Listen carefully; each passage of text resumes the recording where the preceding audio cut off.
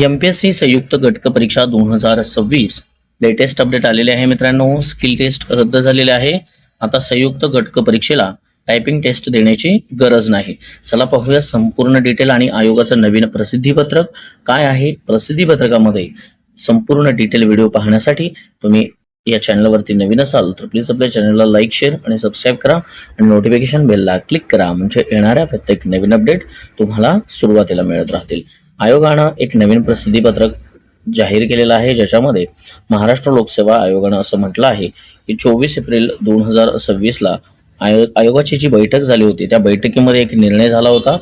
त्या निर्णयामध्ये महाराष्ट्र घटक सेवेतील जे लिपिक टंकलेखक पद आहे व कर सहाय्यक जे पद आहे म्हणजेच टायपिंग क्लर्क आणि टॅक्स असिस्टंट या संवर्गांसाठी जी टंकलेखन कौशल्य चाचणी होत होती पूर्व आणि मुख्य झाल्यानंतर ती आता रद्द करण्यात आलेली आहे। म्हणजे जरी स्किल टेस्ट रद्द करण्यात आली असली, कौशल्य चाचणी जरी रद्द करण्यात असली तरी टायपिंग क्रायटेरिया मात्र ठेवलेला आहे।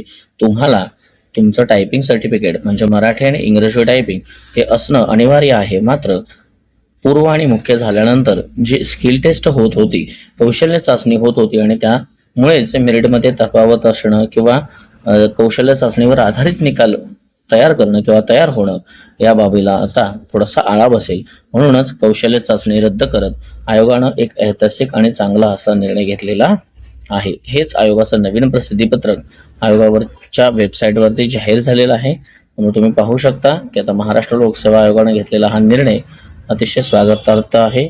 असंच होतं पहिलं, आता मध्येच केला होता तो निर्णय आणि आता आणखी रद्द केलेला आहे।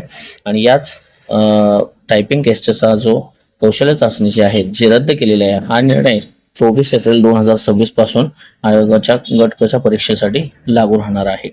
ठीक आहे, व्हिडिओ आवडला असेल तर चॅनलला लाईक शेअर आणि सबस्क्राइब करायला विसरू नका। नोटिफिकेशन बेलला क्लिक करा। प्लेलिस्ट मध्ये जाऊन उर्वरित व्हिडिओ सुद्धा पाहायला विसरू नका। धन्यवाद।